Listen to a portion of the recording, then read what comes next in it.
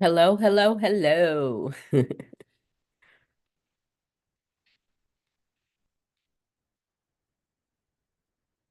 Hey, you guys. I'm sorry, I had to go get me something for my lips.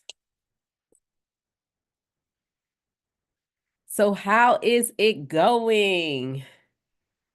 How is it going? All right. Getting it together. I'm trying something doing different. I'm trying this through um my Zoom. Y'all know I'm always trying to figure something to do. Hey, Robinette, how you doing? I'm a foreign warn y'all. I'm coming out of something right now. So I may be coughing here and there. My apologies from the get-go. I hope y'all can see me okay. Hope you guys can hear me. Go ahead and give me a thumbs up if y'all can hear me. Give me a pink heart. That's better. Give me a pink heart if you can hear me. I just want to make sure that everything's working properly.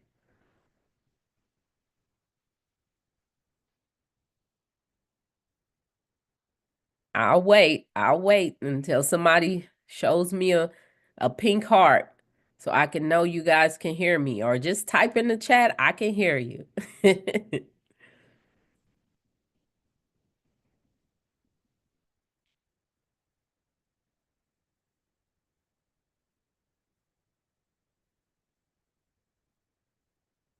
All right. So I got the pink hearts there in mahogany, always coming through for me. Mahogany is always coming through for me. All right, you guys. It is awesome. I am so excited. I can't say so many times. I'm so excited. It is 2025, you guys. It's 2025, a new year. All right. What I just did my call inside of my private community group, and it was New Year, new what? So I'm gonna ask you guys that question. New year, new what? What's going on? What y'all got planned? What you know how people are. You make these New Year resolutions, and then by next week, everybody done forgot about it. So what y'all gonna do different this year that you didn't do last year? Huh? Let me know. Let me know. Hello, Robinette. Hello, Claudette. Hi, Miss Narda. Hey, Mahogany. Yes, thank you. Happy New Year. Happy New Year to you guys. Thank you, Mahogany. Make sure if you are under the sound of my voice that you like this video. Like this video. And if you know anyone that could benefit from this video, share the video. Go ahead and share the video. So today on this Winning Wednesday, I think I want to go all the way back to the beginning, only because this is a new year. But there are some people out here that honestly don't know who I am, don't know why people call me the group home queen. They don't know how I got into group home. So I want to kind of go through the story on how I got started in this group home business. And like I was saying on the call within the private community, there are strategies, foundations, systems that I just kind of just start taking serious when I started my group home business. I had other businesses before. I owned a uniform store in Kansas City, Missouri. I was known as the uniform lady. And so I sold scrubs and chef uniforms and school uniforms. So people at the school in the school district used to call me the uniform lady because I would go up there during registration and I would actually take pre-orders on school uniforms because the school used to have to wear uniforms uh, in Raytown, Missouri. And so I've had businesses before, but I didn't take things seriously. And I think it's because with group homes, you're actually dealing with lives. It's not like a uniform, it's not like a product. These are people's lives, you know? And so I'm just going to tell you guys the story on kind of how and why I got started. Um, I had a friend, she was a nurse. Me and her were talking, and y'all know I live in Arizona. There are a lot of elderly people, a lot of um, what they would call snowbirds. They come to Arizona during the wintertime because it's warm here. And so me and my friend, she was a nurse, we talking, we like, yeah, maybe we should open a senior home. So we're like, I'm like, okay. So we hired a consultant that was going to show us how to do a senior home. Come to find out, and I'm shortening the story so it won't be that long, you guys. But come to find out, the girl didn't know what she was doing, had never owned a business. I didn't do my due diligence. She took our money and she ended up, sorry, she ended up running off with our money. But it was a woman she had connected us with that actually had a senior home. And that woman helped us, came back and was like, hey, you know, I hate that she did you guys like that. I really like you guys. I'm going to help you start a home. So we started the senior home. During the time, kind of right at the beginning, when we started the senior home, my family knew I was doing, you know, a senior home, which was assisted living. It was a licensed assisted living. So I don't want you guys to think it was just a home for seniors. We actually went through the licensing process. I did everything, policies, all of that. I had an assisted living home that was fully functional. It was full. We had clients, all of that. So, anyway, I had an older sister. She was about 21 years my senior. She knew I had a senior home, and my sister was mentally ill. So from the time I was born, I knew she had mental issues. She would do all kind of things, you know. She would have manic episodes and all kinds of things. She just suffered from mental illness. So anyway, my sister, she called me from Kansas City, Missouri. I was in Arizona. And she said, I am coming to Arizona and you are going to take care of me. And I was like, what? and but she was my senior, you know? So I was raised to honor your older brothers and sisters. So I was like, okay. So she was like, I'm gonna get on a plane and I'll be there. So one of my other sisters called me and she was like, we're just leaving church. I'm taking her to the airport. You know, she'll be there such and such time. So I called my other sister here and I'm like, Hattie's coming to Arizona. And she's like, what? So anyway, she shows up in Arizona. She gets off the plane. And I'm going to tell you guys, I smelt her before I could see her. I don't know how the people on the plane rode on the plane with her the way she smelled. I didn't know why she smelled like that because Hattie was always, this is the thing, when she was in her right mind, she was the neatest. I mean, stuff labeled in her closet, color coordinated, everything in its place, clean person. Her son was always clean, everything.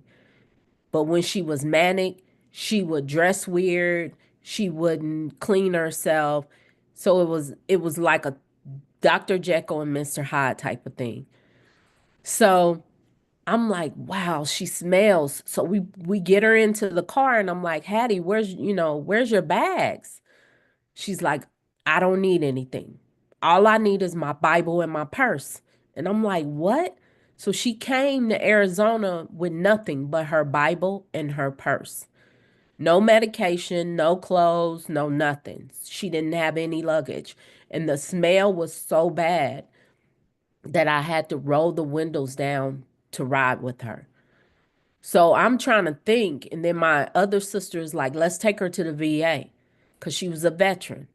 So we take her to the VA and we're like, Hattie, what's going on? They finally get her in, they get her checked out, and they get her some medication. And so I take her to my assisted living home. And so she's like, well, I want to stay here. I want a private room. How much does it cost? So at this time, I told her, I said, Hattie, it's $5,000 for a private room. She said, well, do I get the family discount? And I said, yeah, you get the family discount. So her intentions were to stay and to rent a room for me to take care of her. And so that's what I did. We ended up finding out the reason for the smell is Hattie had bladder cancer. Her rectum had ate into her vagina. Now, I'm going to be graphic because I want y'all to understand. So her rectum hole had ate into her vagina hole. So feces was seeping into her vagina. And that is where the smell came from. So we kept her clean, we kept her dry. She ended up where she got to the point where she couldn't even get out of bed. 3 months from the time she came from Kansas City, she passed away right there in my assisted living home. Now, during this time, I never have said anything about this. We were dealing with all kinds of issues. Her only son was accusing us of um, kidnapping her. Adult Protective Services had came to all of our houses, my house, my sister's house, my assisted living house. When they finally came to my assisted living house, they closed out the Adult Protective Service investigation because they was like, this place is clean, she's clean, she looks happy. I don't think anything is going on. So they closed it out. We were being accused because my sister was a veteran and she had retired as a government employee. So she had a pension and she also had her retirement, her 100% disability. So we were being accused of taking money from her when she agreed to pay the rate, like I said, because it was a business. Yes, she is my sister, but it was a business, and I did not charge her the entire 5,000. I gave her a discounted rate. So these are the things that were going on during that time that were very stressful while I was trying to take care of my sister during her last few days. Um, After Hattie passed, I had a client who was my very first client. She actually came to me. We got licensed the day after Christmas is when we actually got our license. She came to us um, January 1st of that following year. So about 5 days later, I got my first client, and her name was Miss Alice. And Miss Alice ended up dying right after Hattie. Then we had another lady in the house. Her name was also Alice. She was a Hispanic woman with a lot of family. She passed away. After all of that, I said, I don't want to do assisted living anymore. It was too many people. I was still grieving my sister. And so I I was going out, still networking because I tell you guys all the time, that is the key. You have to network. You have to build relationships. So I was out networking and I met a social worker and she was saying, you guys should really consider doing a behavioral health home. We don't have enough homes and we especially don't have enough minorities doing it. And I was like, So I thought about it and I went to my other sister, who was a nurse, and I said, well, what do you think about doing a behavioral health home? So we started doing our research on a behavioral health home. We called around. People were telling us, no, don't do it. People was doing doing the most. And then God sent a ram in the bush. And that's what I always call her. We ended up meeting the lady that was over one of the largest insurance companies that paid out Medicaid for behavioral health.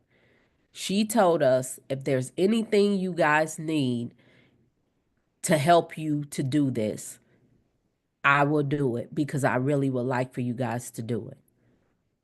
So we started on our mission to open our behavioral health. And I always tell people my credit was bad, you know, because I had the assisted living, but I'm a soft-hearted person. And so people would come to me with whatever budget that they had. It wasn't always the 5,000. It was less. And so I wasn't making enough money to pay all of my bills. I had a partner, and then also to take care of the clients, which I was doing the best I could. And so I ended up, having bad credit. I didn't have a lot of money. I took a job doing merchant services, a job I hated, by the way. I like to tell people that because people be like, oh, I can't do that. No, I hated this job. I hated being on the phone. But I took that opportunity to work a commission job to make extra money so that I could work to pay for my dream. And that's how I started my behavioral health group home business. I stayed up late nights. I would work. I still had the assisted living open. I was just planning to close it. So I would be working. I would be, at my job. I would be working at the assisted living. I would be, taking care of clients. I did everything that I had to do to get my business up and going. And so that's why I don't really like excuses because I had a family, I had responsibilities, I had I got a job, I still ran my business, and I used that job to fund my business.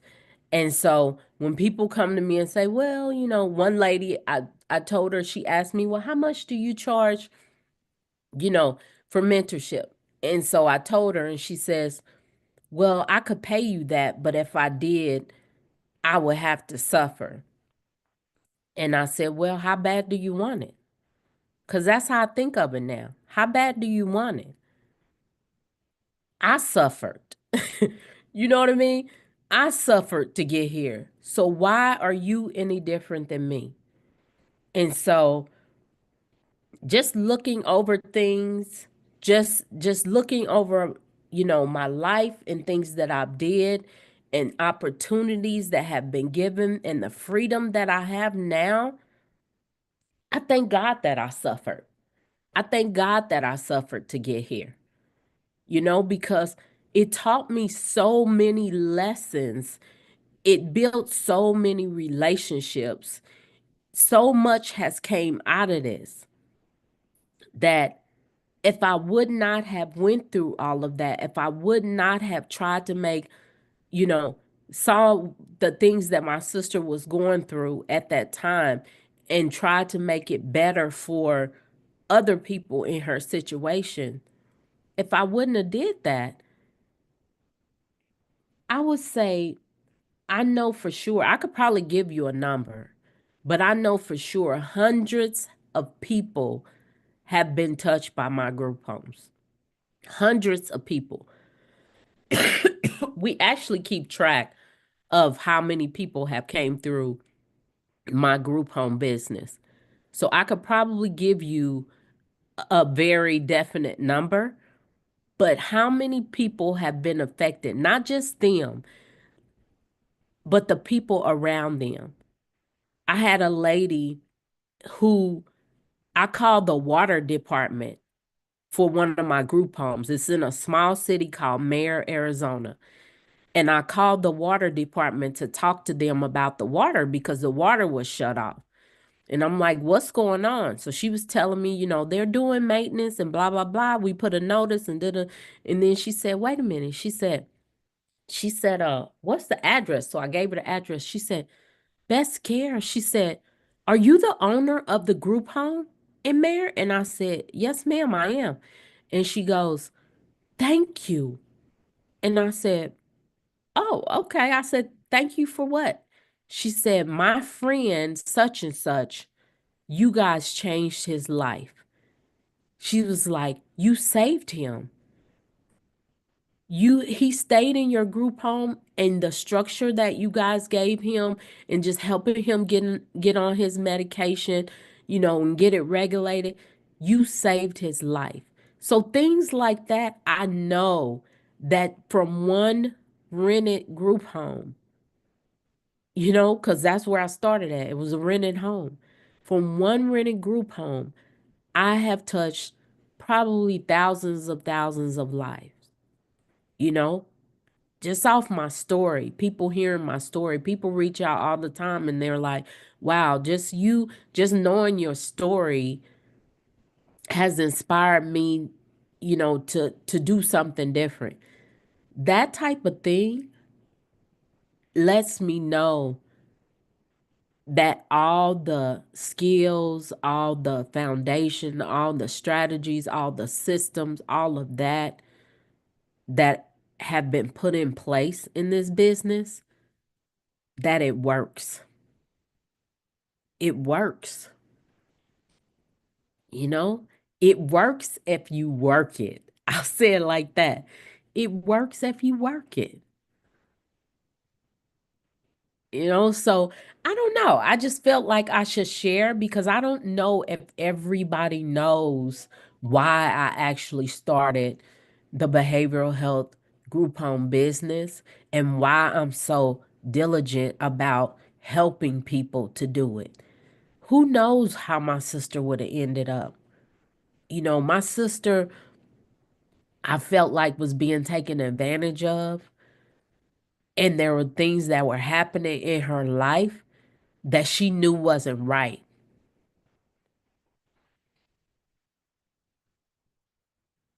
Sorry.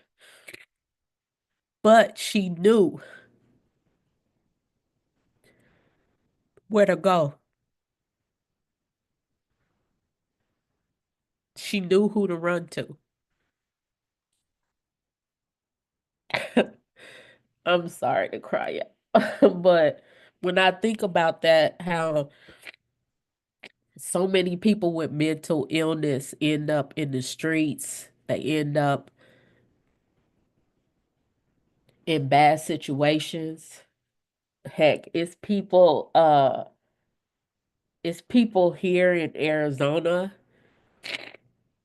that died in group homes because of mistreatment or whatever was going on. And I thank God that I did what I did when I did it. So you never know. You never know why God is telling you to do something. You just got to do it. You just got to do it. Because who, what, I mean, if I wouldn't have had that group home, if I wouldn't have had that assisted living, who would my sister have called? who would she have felt safe to call? She might have just been like, she might have gave up.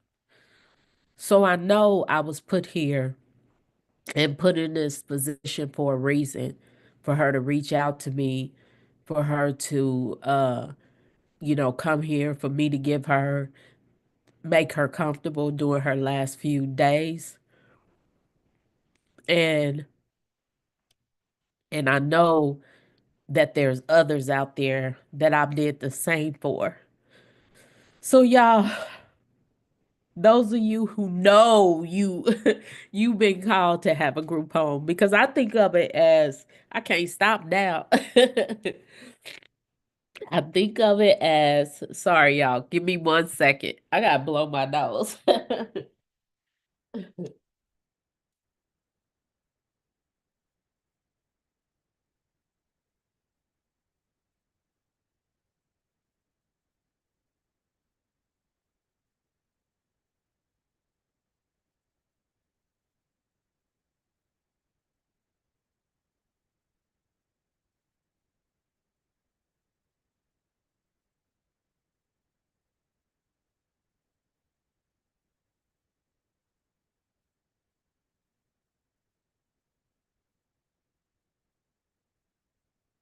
Sorry.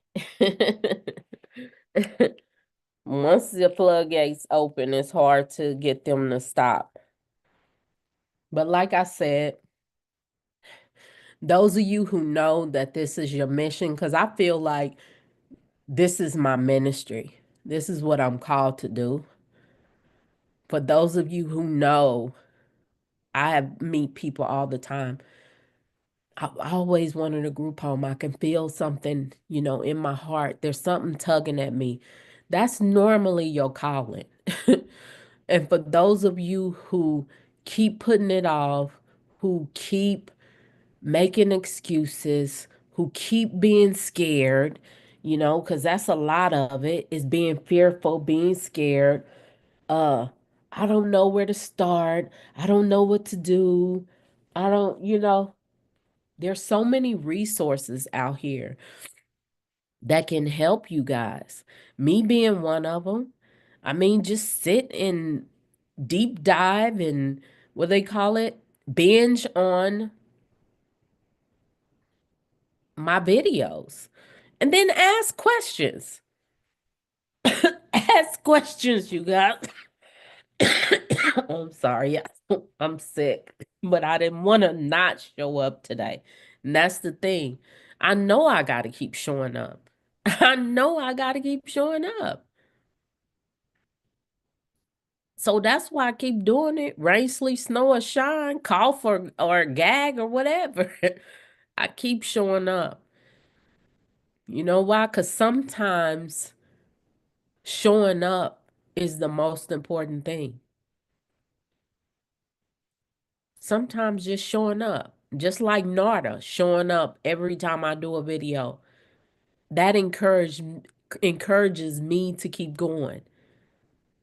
Mahogany always sending me encouraging messages, showing up for my videos, talking to me, you know, through my videos. That encourages me to keep going. So maybe right now that's your mission,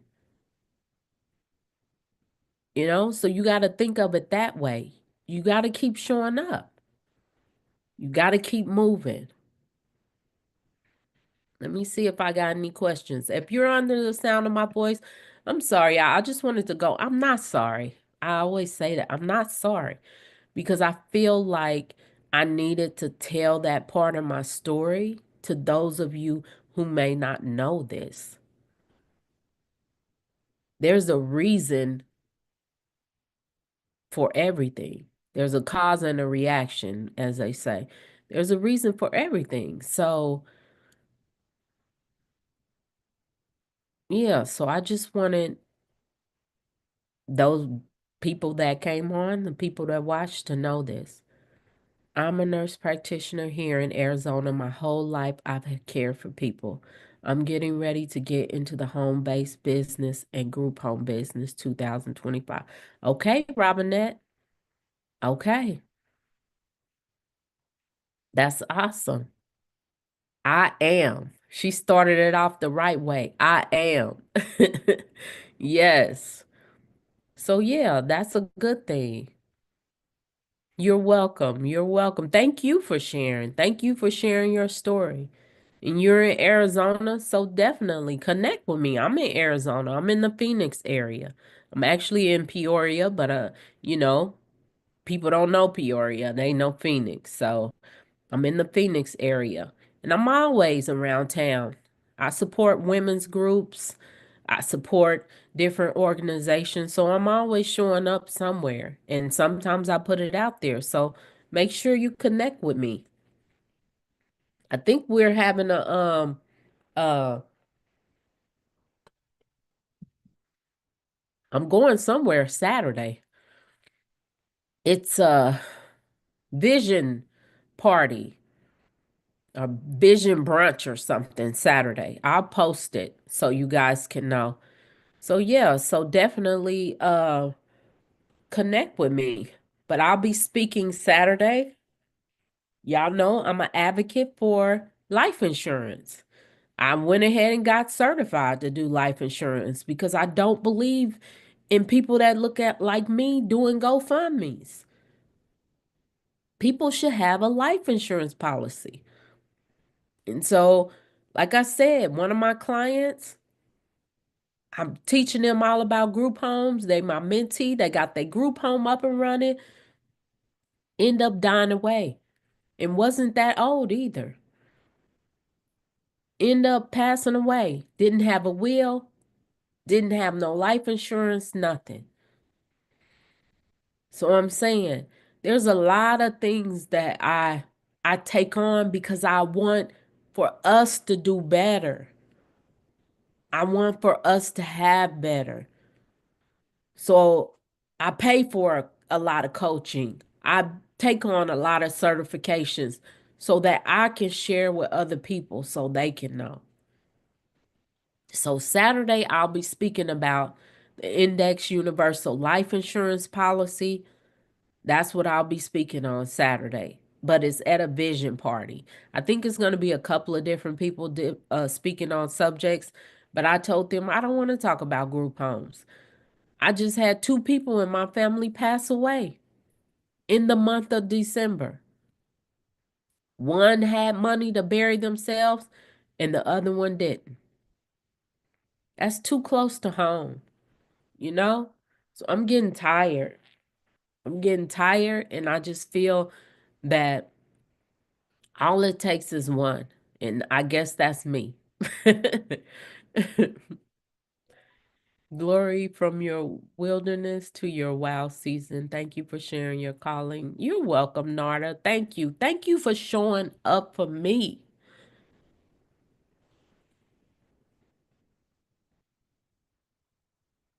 I promise y'all.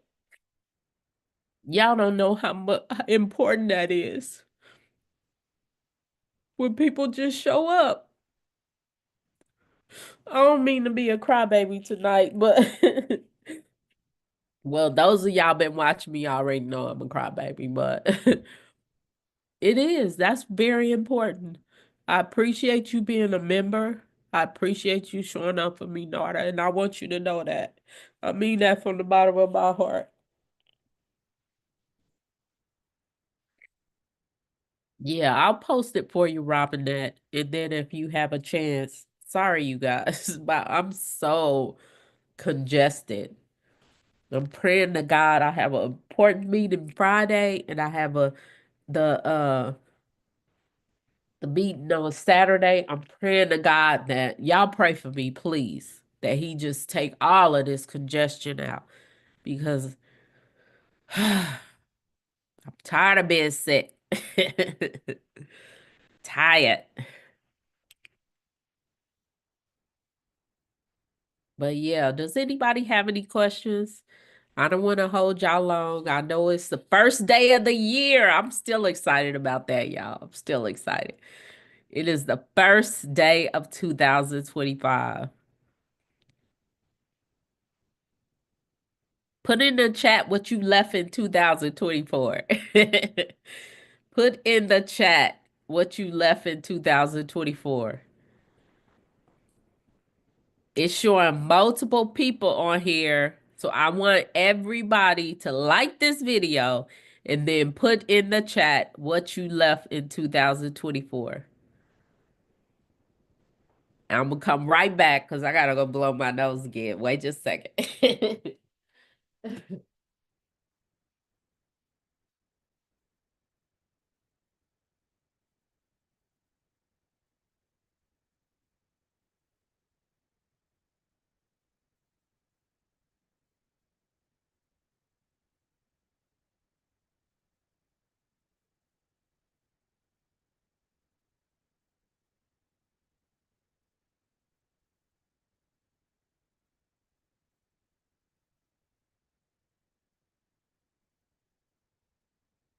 Let me see. Let me see. Let me see. Who said something?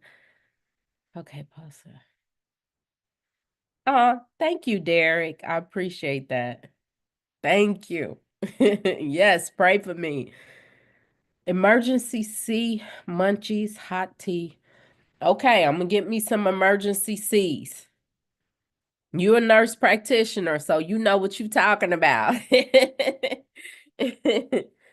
I'm gonna order me some. Y'all know I don't go nowhere. I order everything through Instacart or Uber. I I don't even leave my house unless I'm traveling. I really think my neighbors be laughing at me, but I really think that that's keeping money in the economy. You know what I'm saying? Because there's people out there that want to make money delivering stuff, and I don't want to go to the store. It's a win-win for everybody, right? So I will definitely be going on Instacart or either Uber Eats, whichever one can give me some an emergency C munchies. I gotta look that up. I never heard of that, but I gotta look that up. And thank you for the heads up, Robinette. All right, you guys, I don't see any questions. I don't even see that anybody put what they're leaving in. Oh, Mucinex. Okay. I heard of Mucinex, but I hadn't heard of emergency. But I'm going to get me some, Robinette, because I'm going to be on point for my meeting Friday. I got a very important meeting Friday evening, and then Saturday morning I have the I think it's a brunch. I'm not sure. Look, I gotta look at the post myself. But I'll post it here on the YouTube. I'm gonna post it on my Facebook and I'm gonna post it on my Instagram so you guys will know um where I'm going to be this weekend. Well, nobody put what there. I guess y'all carrying everything y'all had in 2004 and in 2005. I'm gonna tell you what I'm not going to bring into 2024. I'm not bringing imposter syndrome because I still go through that, you guys. I was just about to say that, honey. I am not leaving procrastination. I mean, I'm not bringing procrastination. So I'm with you, Robinette. And I am not bringing, um, what was the last thing that I was going to say? It was something else, but those are two good ones. Imposter syndrome and and procrastination. Those are two good ones that I'm not bringing into 2024. So if y'all see me, and I'm pretty shy, you guys. People don't think that I am. I'm very, very shy. And there's a lot of things that I want to say and I don't say. And I don't think that people, I'm very, very humorous, but I have a weird side of humor that I kind of hide because I'm like, nobody's going to think this is funny but me. I'm going to start letting that out more and letting people know what I think is funny, which sometimes is not politically correct, but I'm going to start sharing more. That's what I'm going to start doing. So I hope you found some value in my story. I feel like I wanted to share it because I want you guys to know life wasn't perfect for me. Life wasn't perfect. Everything wasn't going right. I didn't have the best credit. Uh, Claudette said, wasting time. All right. All right. Better time management. Yeah. Oh, that was one that I wrote down in my book. Better time management. Um, but what was I saying? I was just saying that I wanted to share because I wanted you guys to know that everything wasn't so great and perfect when I started, but I started. And that's the most important thing. You gotta start somewhere. It's never gonna be perfect. It's just not. You just gotta make up your mind. This is what I'm gonna do, and you gotta do it.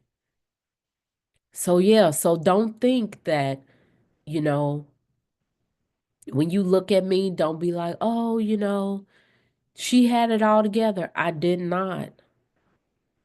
I even lost. Look, I'm in the midst. I'm still in the midst. I'm close to the end, but I'm in the midst of a divorce. There was a lot of things I did wrong, you know. But I know everything happens for a reason, so I'm not gonna cry over it, over spilled milk or whatever. But I lost relationships. I lost people. I lost money. I lost time, which is the most important thing. But I gained so much more. So stop being afraid of stepping out there.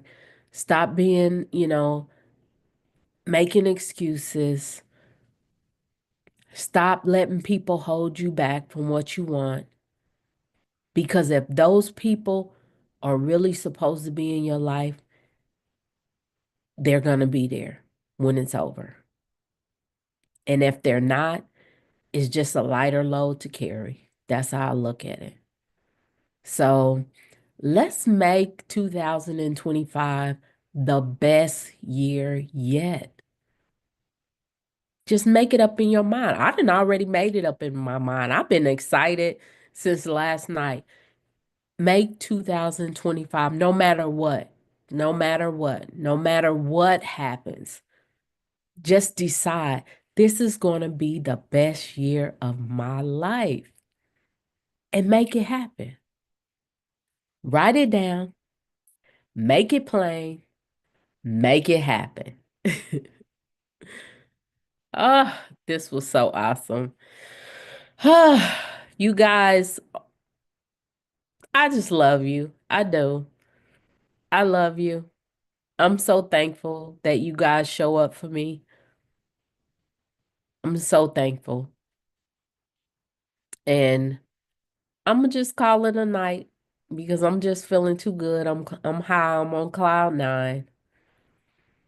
But you guys just continue to take small steps, continue to move forward.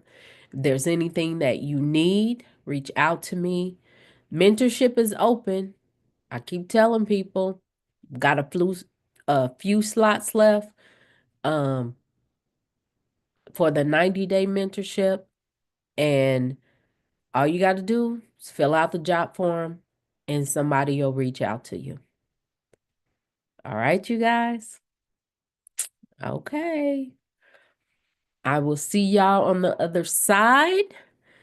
Oh, I forgot to tell you guys, I'm doing a lot of collaborations. So you'll probably be seeing other people on this page throughout 2025. I'll probably have a few guest speakers. And so embrace them the way that you've embraced me. Thank you, Mahogany. Make sure you like the video, you guys. Like the video, share the video. I appreciate it, you guys. Y'all have a blessed evening. And as I always say, be a blessing to someone else. Goodbye.